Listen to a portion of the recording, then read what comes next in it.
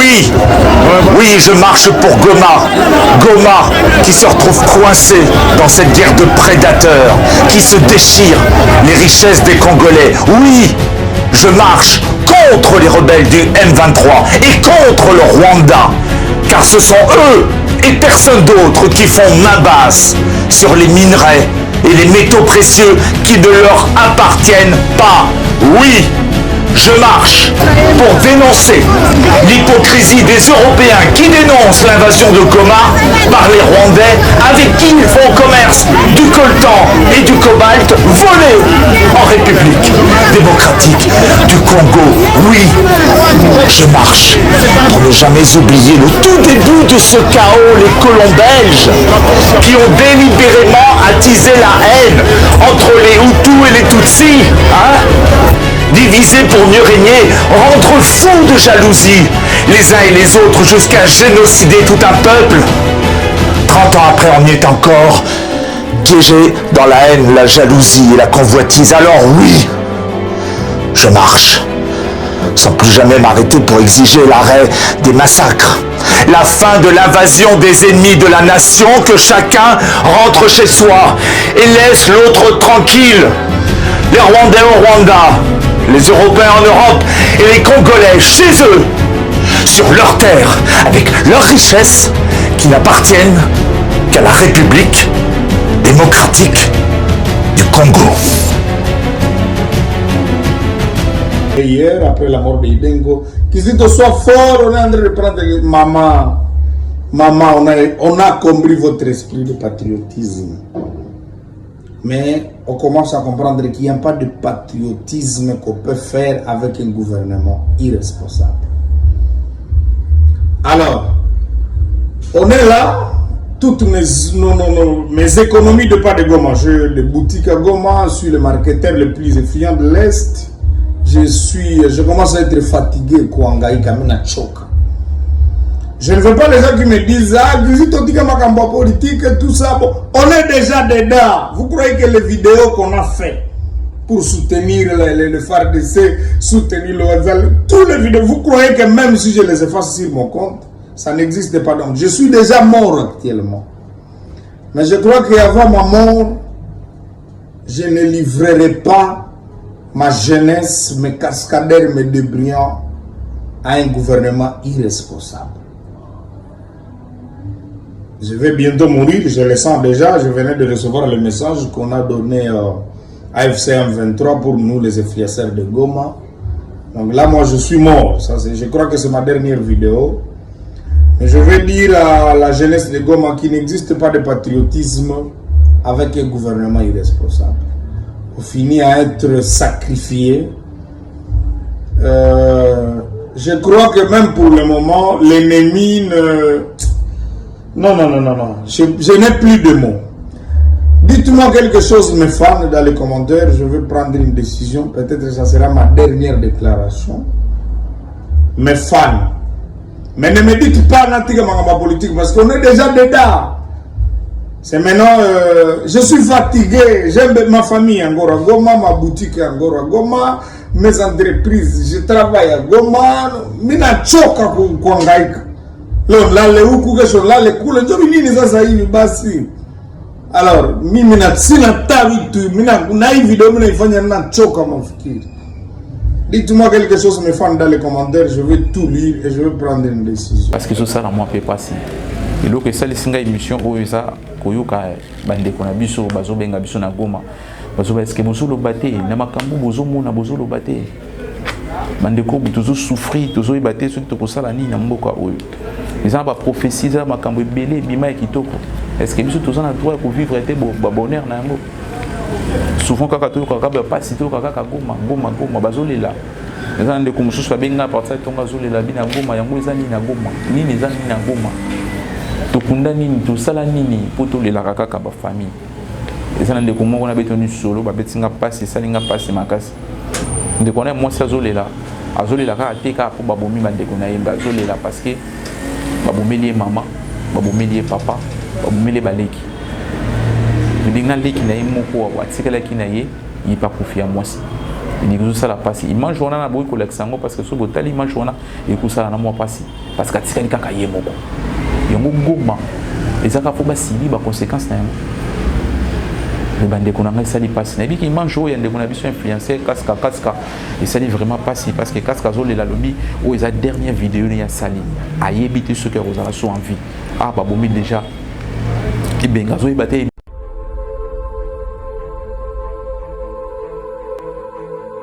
Bonjour, nous avons découvert sur la biso de partout, besoin de biso na Motomoindo Telema. Motomoindo Telema est allé émission Moko Oile Kaka na kati ya Sef Media et merci beaucoup nous avons découvert sur la biso confiance de partout pour batala kabiso, au babenga kabiso to sur la ka. Vraiment na pesibino mbote.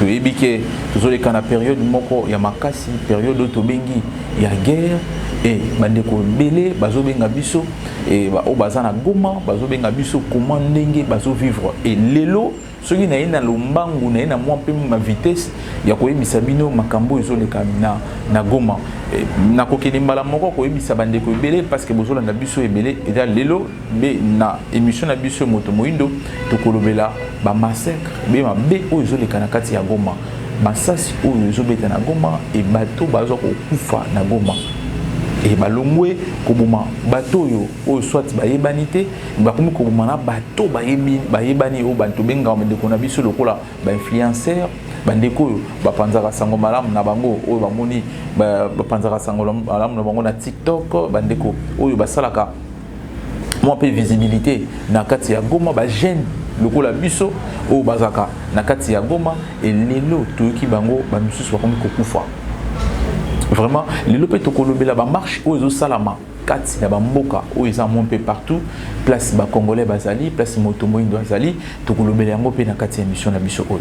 Merci beaucoup ba ndeko ba pesi biso confiance o bazolanda biso de partout. Lelo eza émission na biso ya Motomoindo Telema. Motomoindo Telema na linko yebisa Motomoindo partout place bazolanda biso zana titi ya mawaza na titi ya koluka kolela ba ndeko na biso o bazokufa na goma. Vraiment guerre où il mis ba stratégie même quand il belé ya mabe et ba stratégie ya mabe au doko koloba où ils ont les kanagoma mais les autres koluka to beta masolo na yango et to even to zana bandeko o bazana ba goma to zana bandeko bazana ba goma to zana bandeko ba papa ba leki bandeko ba yaya o bazana goma et façon bazo bengela biso ezo leka na bandako na ba mapangu ezo leka na ba quartier na bango ezo sala biso passe.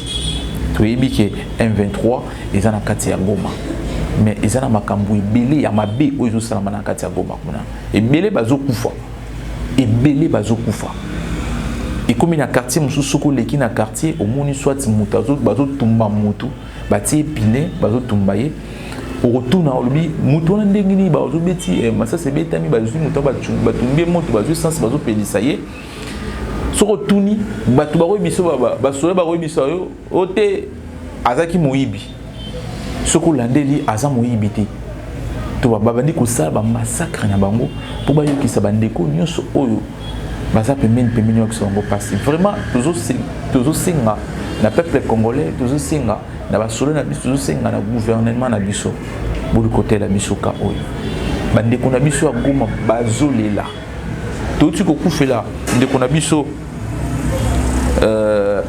ibenge to akufi et ça dit vraiment passe na mutema tela liwa ya boy influenceur moto yebi ya makasi yo azalaka kote kuna akufi na liwa moko vraiment na passe na mutema balobi ba beti masasi pedi ba tabasser ya mort soko moni bala sino photo na ina ndenga azalaka na ndenga akufeli oyo kana passe na mutema.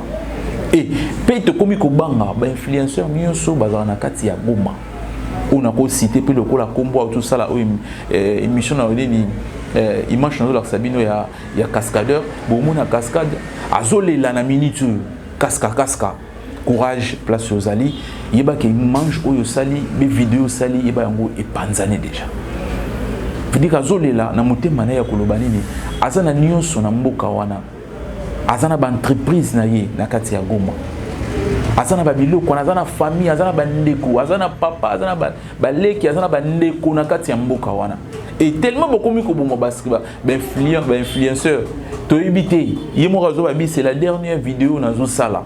Je ne sais pas si je peux nazo kende be ba yo bomanga je ne sais pas. Tala komi ko la tito le lo la libu na hôtel le ba ke se retrouver na place boy il a que dans la place boy. Bande ko na ngai tozo kende wapi moto moindo yo zo bomaka moto moindo. Nenga lo ba bande ko nyo so bo tchabena vous fixez mon père regarde bandeko tout bo bana goma bandeko nyusu ba sala bandeko na biso mabe na goma boy ba yango ke makila igangaka yo moto moyindo zui makanisi ya komo bandeko no baito bayindo yeba yango ko makila oyo zanango bi makilo zo boma igangaka ibaka ya baka moto abomaka na epé akufa kapeka na epé yo loko zo sala ozo mona ngo malamu ozo pesa ozo sala ngo na miso ya ko sepelisa batu ozo boma batu pona na lokumu ya pouvoir ozoboma baninga na lokumu ya mboka ozomona ke loko ozo servi mo bamona yo soda malamu yeba yango okufuta yango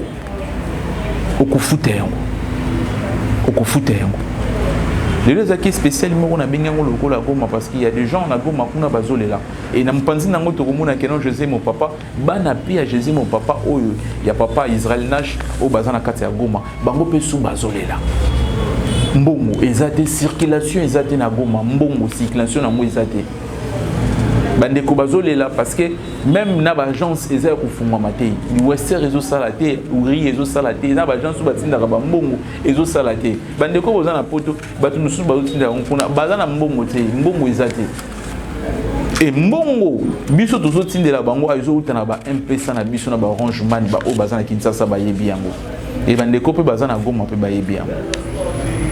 Et ça, ceux qui ont $50 na yo, biso batakin ça awa, tous autres tinda kaba mbongo. Merci beaucoup na maman na biso moko atinda ki mon peu musolo na ye pour na kosunga moi na biso oyo azobela problème à liso.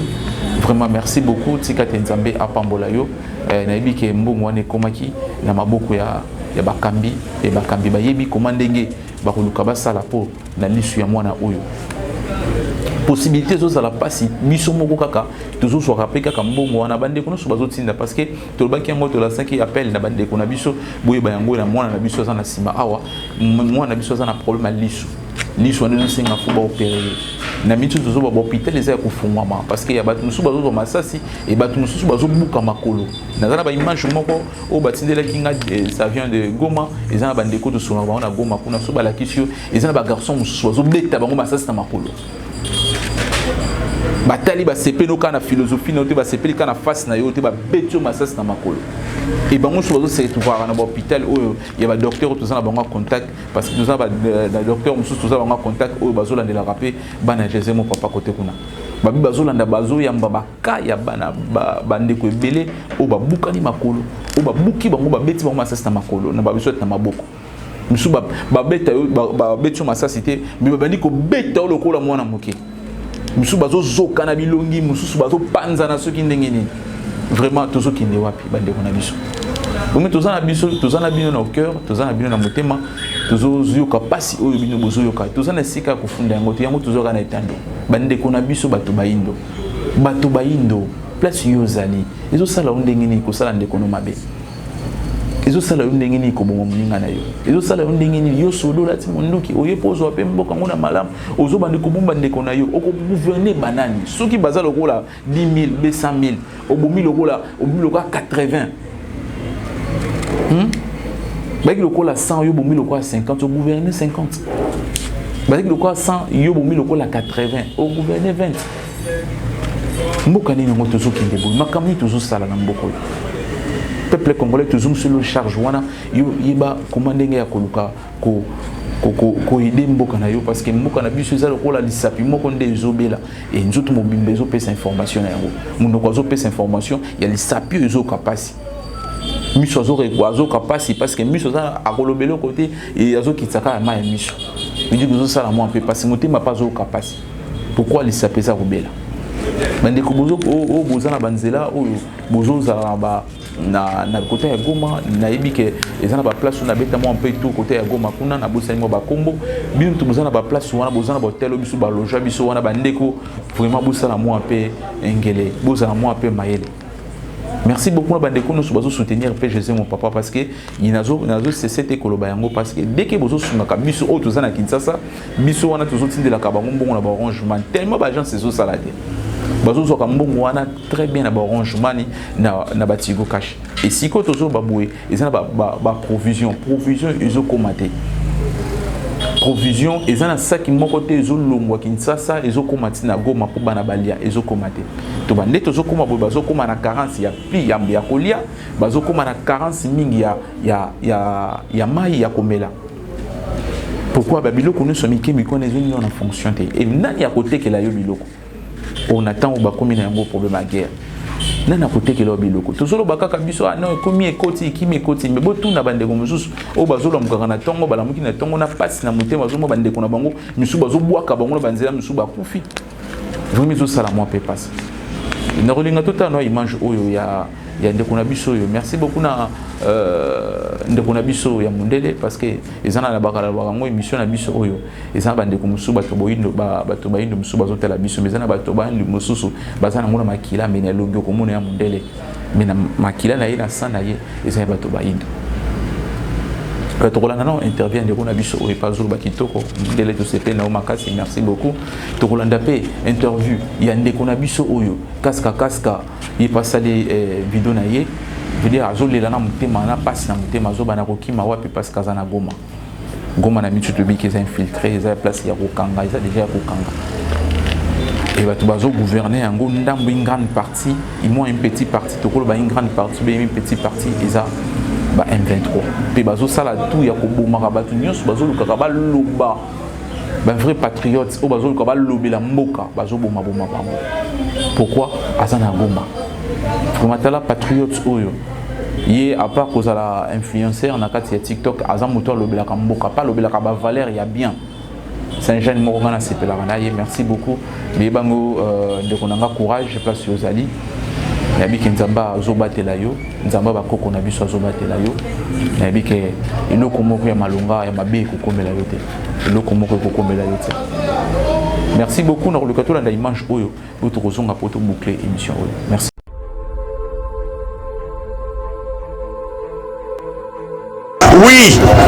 Oui, je marche pour Goma. Goma qui se retrouve coincé dans cette guerre de prédateurs, qui se déchire les richesses des Congolais. Oui, je marche contre les rebelles du M23 et contre le Rwanda, car ce sont eux et personne d'autre qui font main basse sur les minerais et les métaux précieux qui ne leur appartiennent pas. Oui, je marche pour dénoncer l'hypocrisie des Européens qui dénoncent l'invasion de Goma par les Rwandais avec qui ils font commerce du coltan et du cobalt volés en République démocratique du Congo. Oui, je marche pour ne jamais oublier le tout début de ce chaos, les colons belges qui ont délibérément attisé la haine entre les Hutus et les Tutsis. Divisés pour mieux régner, rendre fous de jalousie les uns et les autres jusqu'à génocider tout un peuple. 30 ans après, on y est encore, piégé dans la haine, la jalousie et la convoitise. Alors oui, je marche, sans plus jamais m'arrêter pour exiger l'arrêt des massacres, la fin de l'invasion des ennemis de la nation, que chacun rentre chez soi et laisse l'autre tranquille. Les Rwandais au Rwanda, les Européens en Europe et les Congolais chez eux, sur leurs terres, avec leurs richesses qui n'appartiennent qu'à la République démocratique du Congo. La mort d'Idengo vient de me rappeler quelque chose. Si le gouvernement congolais n'est pas capable de nous sécuriser, nous les influenceurs de Goma, surtout nous qui ont soutenu le FARDC, le Wazalendo, durant le crépitement de balles, vous êtes tous témoins. Ramenez-moi la vidéo dans les commentaires. J'ai soutenu que Goma ne tombera jamais. C'était à 1 heure durant la prise de Goma. Un risque. Mais actuellement, je suis insécurisé que jamais. Je dors là, de l'autre côté. Il n'y a qu'une personne dans le gouvernement congolais. la maman, le DG de la Cadeco, maman Bambou Mor, qui m'a d'ailleurs appelé hier, après la mort de Idengo, qui dit que soit fort, on est en train de prendre maman, on a compris votre esprit de patriotisme. Mais on commence à comprendre qu'il n'y a pas de patriotisme qu'on peut faire avec un gouvernement irresponsable. Alors, on est là, toutes mes économies de pas de Goma, j'ai des boutiques à Goma, je suis le marketeur le plus influent de l'Est. Je commence à être fatigué, Kouangaï, Kamina Choka. Je ne veux pas les gens qui me disent, politique, tout ça. Bon, on est déjà dedans. Vous croyez que les vidéos qu'on a fait pour soutenir le FARDC, soutenir le WhatsApp, tous les vidéos, vous croyez que même si je les efface sur mon compte, ça n'existe pas. Donc, je suis déjà mort actuellement. Mais je crois qu'avant ma mort, je ne livrerai pas ma jeunesse, mes cascadeurs, mes débrillants à un gouvernement irresponsable. Je vais bientôt mourir, je le sens déjà. Je venais de recevoir le message qu'on a donné à FCM 23 pour nous, les influenceurs de Goma. Donc là, moi, je suis mort. Ça, je crois que c'est ma dernière vidéo. Et je vais dire à la jeunesse de Goma qu'il n'existe pas de patriotisme avec un gouvernement irresponsable. On finit à être sacrifié. Je crois que même pour le moment, l'ennemi ne... Non. Je n'ai plus de mots. Dites-moi quelque chose, mes fans, dans les commentaires. Je vais prendre une décision. Peut-être que ça sera ma dernière déclaration. Mes fans. Mais ne me dites pas ma politique parce qu'on est déjà dedans. C'est maintenant, je suis fatigué. J'aime ma famille à Goma, ma boutique à Goma, mes entreprises. Je travaille à Goma. Mina choka kuangaika. Alors, mimi na sina tavitu, na hii video mina ifanya na choka mafikiri. Dites-moi quelque chose, mes fans, dans les commentaires, je vais tout lire et je vais prendre une décision. Bas, oui, c'est Bas Sylvie.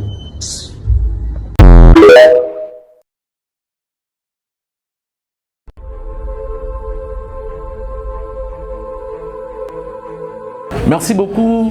Bah, on déconne sur l'année biso na émission. On a vu que émission est tellement moqué ma casse na beau que ça la mon peu belé parce que ça la moi peut passer. Et donc ça les singa émission où ça koyoka bande kona biso bazo benga biso na Goma. Bazo est-ce que bozo lo baté na makambu bozo mona bozo lo baté. Bande ko toujours souffrir, toujours baté sur to ça la ni na mboka oyo. Ils ont pas prophétie ça makambu belé bima kitoko. Est-ce que biso tous on a droit pour vivre était bonheur na mboka. Souvent quand tu as pas si tu as Goma bazolela eza ndeko mususu babenga partir tonga zolela bina Goma yango eza nini na Goma nini eza nini na Goma tokunda nini tosala nini po tolela kaka ba famille eza ndeko moko na betoni solo ba betinga pasi salinga pasi makasi ndeko na mwasi azolela kaka teka po babomi bandeko na yemba azolela parce que babomeli mama babomeli papa babomeli baleki Dinga leki na imoko wa tikala kinaye il pas confier à moi si il dit ça la passe il mange on a boy collectiongo parce que so botali il mange on a et que ça na moi passe parce que tikala kaka yemoko yango Goma ezaka fo ba sibi ba conséquences na yango le bande ko na ngai sali passe na bi ki mange o yande ko na biso influencer kaska et ça dit vraiment passe parce que kaska zo le la lobby o eza dernière vidéo ni ya sali ayebite ce que vous avez so envie ah ba bomi déjà est-ce que et qu'on m'appelle tournailler parce que d'abord déjà je pense que botali image journée sali moi passe dans le bina zana ba vidéo on a relaxa bino ya masande qu'on a biso akufi oyo bokota la commande ba torture ya va okufa mais na boy ko chongo na TV parce que vous savez que internet akangaka mo un peu ba makambo belé mais ozana ngo posa ba ko tindele ba ko internet sa ko mona ndenge ndeko mobala lali mbinga mobala lali pourquoi parce que azolo bela mboka na ye mboka biso Congo tolingi tozala ka tolingi tolo baka susote yo bande ko nazo ça va un vrai patriote au bazola na biso bande ko bozana Goma yebango nous sommes des jeunes na sepene loko moko kaska lobi boko pekisa biso nini parce que tozada na makamba politique to mi kotisa déjà na kati tozana loko ko longola susote parce que ba vidéo tout ça la rezala déjà to lombela ka mboka na biso Congo biso sto comme d'aba politicien sans les savoir vraiment bandeko nyonso bozo na biso vraiment eloko na sengi bino na eloko na bande na lobaki yango bosunga bandeko baza na este et surtout bana biso oyo baza na este wana na bina minute oyo ya kolia ya kotinda ezate mais tozotinda mbongo po baluka fiske lusu bimusanga so botali santé ya bana wana na ndenge bazalaki liboso na ndenge guerre bandi na ndenge bazo sibi ba conséquences tango mona ke na bana ba diminuer ezo senga na yo moto oyo ozotala biso papa ya moto ya malamu mama ya moto ya malamu merci beaucoup na ba maman bazo pensaka na moi pe 50 na moi pe 10 na bango na moi pe 20 na bango ya kokanisa yango ya pasi vraiment na boy kotanga kombo vous êtes tellement béni ba maman na bo soutenir ba orphelin wana bobengi biso ba numéro na biso ezali wana numéro na ngi ezali wana numéro ya papa pe ezali wana numéro ya papa Israël Nash pe ezali wana na moto aza na ngote akobenga biso tokopesa pe numéro wana moto pa linga klika na canal na biso okobenga biso na numéro na nga wana obengi okotinda mbongo na yo tokotinda ba coordonnées na yo moto za libanda ya mboka okotinda ba coordonnées ya koluka kotia ta na western obena na ria ndenge nzamba koluka tia motema na montant oyo kotia ya kosunga bana wana kosunga pe mwana biso oza na problème à lisu ezo continuer parce que na se ya guerre tolobi te kotika mwana na lisu dès que tozo tika yango tozo bokola maladie yeba ke maladie wana ekomepe na kufa tolingi yango te mwana na kufa kuma kiene za na mutu na biso yango tokosenga na bato nyonso bokola na biso bo soutenir ba fele wana et kozala malamu. Merci beaucoup de vous souhaiter la émission de partout. Mais c'est que monsieur ça moukié. Tu kolobela pourquoi tu kolobela est parce que est c'est ça la biso bien été pourquoi bande kona biso bazo kufa. Ceux qui tolobeli yango te zana peuple moko ta koloba yango bien si mondelo bomoni ya koloba yango à côté les mamba azo vivre yango te. Yeso azo vivre on kana ba image mais na azana goma te. Yazali banda ya mboka les bateaux bako vivre na banda ya mboka na kati ya bazo vivre na kati ya Goma et je sais la vraiment donner. Merci beaucoup na bandeko nous bolandi biso de partout. Je pense que tolobi to bois qui pembela na bandeko ba papa ba maman o boza na boza kana bana na kati ya ndako sala le rôle moi nous arena na kati ya ndako azana ndako te ce quoi se retrouver na Goma et ko sala ondenge nini yo papa mwana se retrouver na Goma azokwa masasu wana et ko sala ondenge nini. Merci beaucoup, merci. Je pense que tout ce qui a une émission oyo na ba kezali mokie mais tout au moins essentiel yon de koza wana ozolanda biso luka boka pe misu libanda pour soutenir bana ne koza malamu botika malamu na mabota na bino. Je pense que tout kozonga lisusu pona koya ko passer ce message ou soki message malamu ekozala to ko leka yango botika malamu. Je pense que tout monde ani mbalasima. Au revoir. Mon papa, vous constatez là-bas, c'est la guerre ici. Les militaires sont devant nous là-bas, ils sont à moins de 10 km d'ici, dans la cité de Saké. Nous sommes dans l'urgence d'évacuer les enfants, de les déplacer vers cet axe ici, là où il y a la guerre. Et je suis Fiston Amissi, le coordonnateur de l'orphelinat Jésus, mon papa Nord Kivu. Nous sommes venus vers vous pour vous montrer la situation dont on traverse présentement. Nous voici devant notre structure, là où nous gardons les enfants. Nous avons ici plus de 45 enfants, filles et garçons. Et dans l'endroit où nous nous trouvons présentement, c'est du côté là où provient la guerre. Ils sont juste dans moins de 10 km ici, en train de foncer vers la ville de Goma. Et voilà pourquoi nous sommes venus vous demander une aide. Nous devons évacuer ces enfants ici vers un endroit plus sûr, parce que cet endroit ici est beaucoup plus dangereux. Pourquoi? Parce que c'est là où provient la guerre et c'est du côté où il y a trop de risques. Voilà pourquoi nous voulions avoir des moyens pour déplacer ces enfants ici d'urgence dans un endroit beaucoup plus sûr en attendant que la situation puisse se calmer. Maintenant là, nous sommes dans l'impossibilité de le faire. Pourquoi? Parce que il faut aménager là où les enfants seront. Il faut les moyens de transport pour les transporter. Il faut aussi chercher comment avoir aussi de la nourriture là où ils vont rester. Ça, c'est la situation qui devient très très compliquée ici. Donc comme vous le remarquez à côté, ici juste à l'église, à côté de notre orphelinat, il y a déjà des déplacés de guerre qui sont là, ils manquent où aller. Mais nous ne pouvons pas attendre que la guerre puisse arriver jusqu'aux enfants et croiser les bras sans rien faire. Voilà pourquoi nous sommes venus vers vous pour demander l'aide. En tout cas, nous avons besoin d'assistance, d'urgence pour que nous puissions évacuer ces enfants ici vers un endroit beaucoup plus sûr. Comme la situation nous oblige, nous avons besoin vraiment de votre assistance. Merci et que Dieu vous bénisse. Voilà nos enfants, ils sont là. Et en tout cas, jusque-là, ils vont bien, ils sont en train de regarder la télévision.